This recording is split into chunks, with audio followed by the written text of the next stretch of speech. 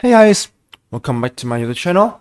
So first of all, I'm very sorry for missing the round 13 of the World Chess Championship in 2023. So yeah, I got kind of busy. In the last couple of days, some events. Also, I had an OTB an OTB event this week. So yeah, got a little bit busy preparing for that actually. But still, to sum it up, so game 13 is a draw. When, I think Ding is the one who can maybe have this slight edge, but somehow he couldn't be able to convert. And then it finished in a perpetual, something like in a repetition. I don't know why sometimes I kind of mess it up. So the game finished in repetition. I think it moved like 38 or 39, something like that. So here we came to game 14, which is obviously a very huge one. The winners here does it all, right? And basically, Ding got white, so he got some more chance to win here. Obviously, if he can win here, the match will be over. The same can be for Nepomniachtchi as well. So this game is gonna be epic, isn't it? So let's go to the game right away. And what I can only say here in advance is that the game is a grind. It's a grind. Let's go. So here we got d4 bidding. Again, knight f6. c4, e6, c3, the New Indian. e3, okay. Castles should d2. So here this line is in fact fairly common, to be honest. Lately this has become a trend since White want to play solid. He want to take c3 with the bishops. Doesn't want to get a double pawn on the c file. Also others can be like knight 3, bishop d3, and normally white should be okay. But black should be okay as well, to be honest. So in general, I'm a bit surprised that Ding didn't play the Catalan, which obviously is one of his best pet line here, but I guess he want to spend it for another event, or maybe he's not very confident about that. Who knows, right? Okay, back to the game. d5 main line. a3. Knight 3 is the main line here, but a3 is also playable, which was played actually by Ding and some other players. b7. Knight 3. c5. This one is the second most popular move. I think b6 is the main thing here, so takes, here, rook c1, bishop here, so c5 I think is fine as well. But in general, so the portion there is pretty decent for black. Back to the game, c5. Takes. Takes. This is a typical portion from the Queen's Gambit, I think in hardest variation, I believe. Bishop is f4, but on d2 here, so the chance of advantages are quite limited. And should be, I think, equal here. I'm pretty sure here the Nepomniachtchi is also still on his prep as well. c2, c4. So this natural move assures a new one, and the trend of the match is seen once again. The game is out of known territory, and even though this is one of the biggest line nowadays, we got a new thing. c4, then d7. d1. Here, Nepomniachtchi thinks for a while. He play bishop e7 here, which engine thinks that is slightly inaccurate. I don't know. For me, I guess this one is better, but maybe like I don't know. Maybe I feel Nepomniachtchi doesn't want to try the bishops here, which may be like fun, right? Knight e4 that looks fun, so queen e4 now got attack here, and then bishop c3 in here as well. Looks pretty good for white. So I guess he want to retain the bishop. b7 here, knight g5. This is actually a start of a very interesting but not really working plan. Here, the best way to fight for initiative is just e4, go for e5 here, and trying to, open up the diagonal for the bishops. I think white should be able to have some slight edge. I don't know how big it can be, but at least it looks like he got some space initiative, right? Let's try in the game. a6 and h4. So here, what I can say is like, the thing with the knight is that it's not so dangerous. I mean, the obvious idea is that if you take here with the h pawn, right? So take here, and then the knight cannot run since it allows the mate, right? And h5 is open, and there are definitely more chance to go for a fight. Here, so let's say here for instance, so takes the knight e4, and I think white already get a very strong attack in h file. That's why he didn't castles yet. But the thing here, in fact, is that somehow, like, it's not forced, but the knight here, right? And the knight here may remain a bit, they misplaced. And it's not so clear here what we can do next. I think in the press conference, they mentioned that he was kind of excited here, but to be honest, I don't know what is happening here at all. 27, a pretty good move here, obviously. Choose the bishop, and just keep developing. Should be 2. This one, in fact, is a sign for me that Ding realized that he doesn't have much of an attack here. Somehow, so bishop b3 is more natural. I mean, okay, I mean that. Where it is, here again. I think here's more natural, like queen at like diagonal.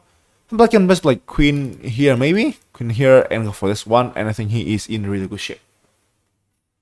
But to the game, should be 2. To d8. A natural move. Bring the knight to f8, defend the king, and get the center as well. I guess here is actually a better move here to do, since you get the bishop to b7 here, which is pretty nice for you. So rook c1, so you play here and you play here, and I think black is in, I think black has a very pleasant positions to play. Back to the game. So to here was play rook c1, play right away, unpinning the knight, and this one can actually be a plan. For instance, this one, right? Knight d5 can be very, very strong. Knight d5 here allows the mate, right? And queen c2 allow knight here with checks, which is gonna be very, very nice. So in the game, knight f8, still follow a plan. Now this square is covered, so knight d5 is not a thing anymore, So in the game, knight g4, takes from the knight. For me, so when I watched this one live, I did question myself, okay, what to take on e4 right now. I don't know, for me, I will trust the queen here. So queen here, for instance, knight b1, I will try to reroute my pieces a little bit. The bishop here is pretty well placed in c3. I think it should be kind of around equal here. In the game, knight e4, takes, take here, d7. So here for me, the queen was threaded. I think black is having a pleasant positions. The pawn here apparently somehow now become a weakness, right? And black can just play here, and plenty of different things here that allow him to get, I think, a pretty, playable game. In the game, before, this one seems a bit weird too. I would expect rook c7 here coming, rook b8 defend a pawn, so knight c5 probably, go for here and here. So I think we play this one like this one probably. Which I think he's gonna be like, I think in the 5 shapes. I guess black was to be somewhat better here, but not much. Should be a draw, I think so. Bishop b4, try the bishops. Understandable since he doesn't want to see the pawn here hanging.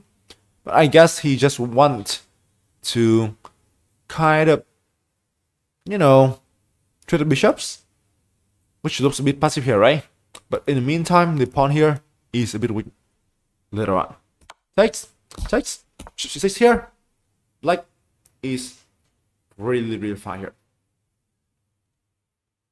Bishop f3, although is fine, but I don't know. I think black can play here. Castles is impossible, right? h5 for instance, knight e5, and I think, I don't know.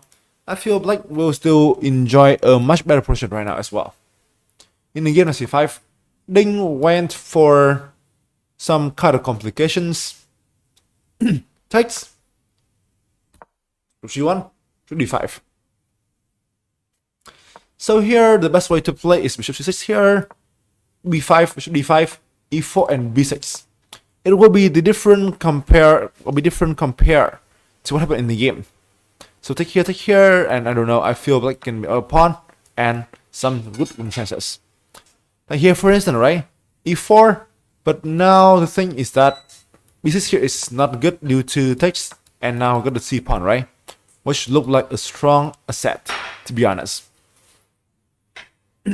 So in the game, e4, back home, b5, home again, no choice. Bishop d7 is fine too, but I don't think that black can get anything from that. So should we hit b7, d4, understandable. That's right, it's just this and this. Let's do c4 on the choice, b7, now c5. Okay, on the choice again, b7, pin you, c3, a good move here, obviously. We see it, b4, 37. You can see, right?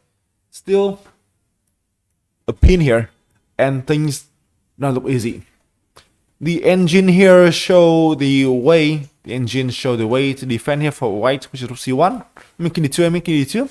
Takes, and rook c1 here. Actually, no, let's go this one first. Let's do this one first. So takes. And this one is the thing engine guaranteed. I don't know. For me, so I could expect that if possible, no one wants to defend our pawn, right? Our pawn. So thing here, which is just understandable. I will explain things later on about what I just tell you. g3 in the game for this pawn, which is a mistake. Here, black can just play this one, and the attack here is over, right? The pawn here are so loose, and take here d7 or d4 looks very dangerous as well. And I think the portion kind of falls apart. So in the game, g3, and c5. Sadly, here Nepomniachtchi, I think he can smell the blood, but he once again play a bit too fast. Takes, take here, kf8, should d3. Still can try to go for here probably. d8, take the bishops. King e7 looks natural, but okay, this one is fine, I guess so. King e2. This one is a serious mistake, although it's hard to choose between these two squares, right? I think rook g3 here looks not too bad, but it kind of like here and you down a pawn for free. If you play like king to e2, you can have chances surely, which is fine probably. But the thing here is that it's hard to choose between these two squares, right? King d2 is the right thing to do here, but the thing is that this kind of move is looking kind of dangerous, right? King e2, once again, is very natural for human being. But sadly, this one's a mistake. Rook c3 is question mark. The thing now is that rook g3, this way for instance, can run to this. And bishop d5, right? And it is basically over. The pin here somehow is very annoying. So in the game, rook g3, rook g8 first, pin here, and rook g3. This one, I mean, he's still trying to survive here, obviously. But it's obviously like, you know, not really clear the way to go for a win for black. Take here doesn't work due to rook e8 and should be a draw. So I think this is the only choice. Rook b3, right? Rook b3, and he prepares to go for here and here. And I think the position is kind of lost for white. That's the rook shit here. d4 for instance. So take here doesn't look good, but here looks also very fine too. So I think black is just doing much better. In the game, if I was play, he once again, Nepomniachtchi plays one very fast, which I think somehow spoil most of his advantage. Here, so in terms of scramble, Ding found the only defender resources. Which it? Rook d6. And here, so I still remember that Ding had around 9 minutes on the clock. Here, so I'm pretty sure Ding may see some ideas here about like b6. So here, for instance, here and then rook e8 and bishop b5 win. I should like we make the things here and trying to like, you know, forcing a rook endgame that probably a draw when white still has some initiatives. But what I can say here is that somehow at this point this is basically only move. But here Ding spent the last 6 minutes here on the clock. I'm pretty sure here it is move 38, and he did 3 moves to play in the last 9 minutes of his spot. And then he started thinking, and people actually are very afraid. It gives a feeling that he's frozen again. So at the end of the day, play b6. For me, so the thing is that he needs encouragement and bravery to go for this tied up endgame double pawn, where he definitely defend to the end of the game, right? Here e3 is also playable, but I can understand why they didn't go for that. Since here once again I can play like rook f6, maybe go here, or go rook bishop here as well. Go for here, I don't know. But somehow here I think Black can still be able to ride for a long time. So forcing a good endgame here is much reasonable. Let's here touch forcing, okay. Move 40, rich. And we got a portion when Ding is down a pawn. But here the rook is active, and somehow there are a few minutes to attack. It should be a draw with precise play.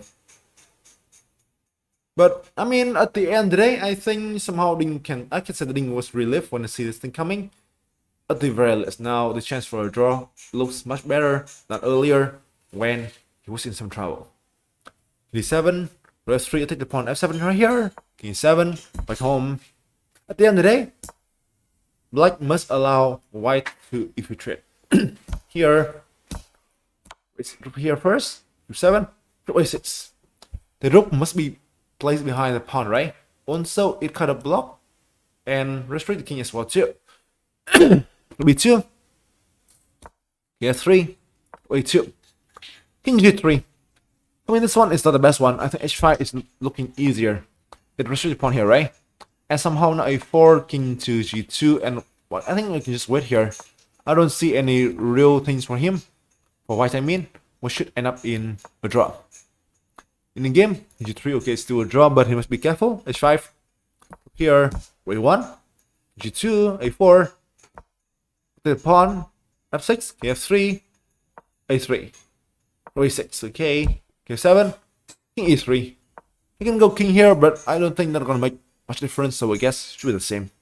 e3, king here, rook h1 doesn't look good since let's just take here, and here king f3, and it looks like fail is to defend. So in the game, king e8, only try. King a7 looks like the same, when you play like, king f3 and things look basically the same. In the game, king e8 here was play. From here, a2 is the threat. And now, Black win on the spot, right? So king e2, obviously. King a7, king f3, a2. King e3, a1, king e2.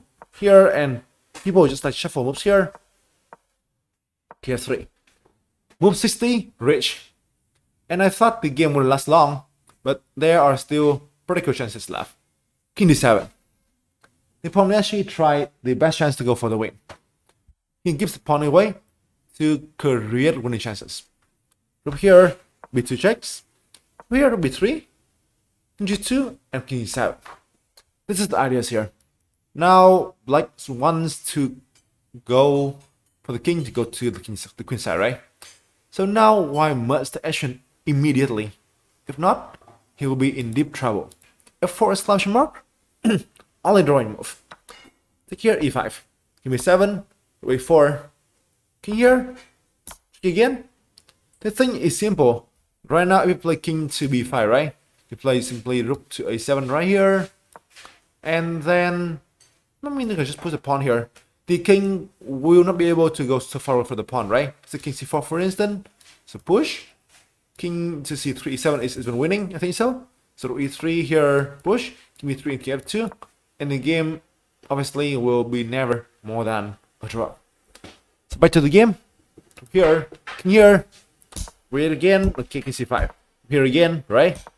And now it is kind of clear that Black is unable to make any real progress. See, right? Okay, and here, so the game lasts for like 20 more moves, but the result is never in doubt. Didn't defend precisely, and obviously the game ends in a draw, right? And here and here and here. Okay, a fitting end to the magnificent classical part of the match. I would say the match has so many twists and turns and so many exciting to talk about, even, after 1 and 2 years, right? I mean, there's so many things to talk about this wonderful match. But now, the score is 7-7 after 14 games of Clasico, and the nail-biting match will be decided by tiebreaks tomorrow. I'm sure tomorrow will be full of, 2 days will be full of thrillers and plenty of fun things. I mean, it is quite clear that everybody, want to see such a fascinating matches, and Ding on the paw. I mean, like they just play very well to now. It should be sad to see like either of those lose, right? But once again, good luck for both players, and once again, thank you for playing such a great event. I will see you in the, recap later tomorrow when we may be able to pouring out the world champion. The new era has come. Magnus Carlsen now is not the world champion anymore, and let's prepare to pronounce a new name, guys. Hope you guys enjoy. See you later, and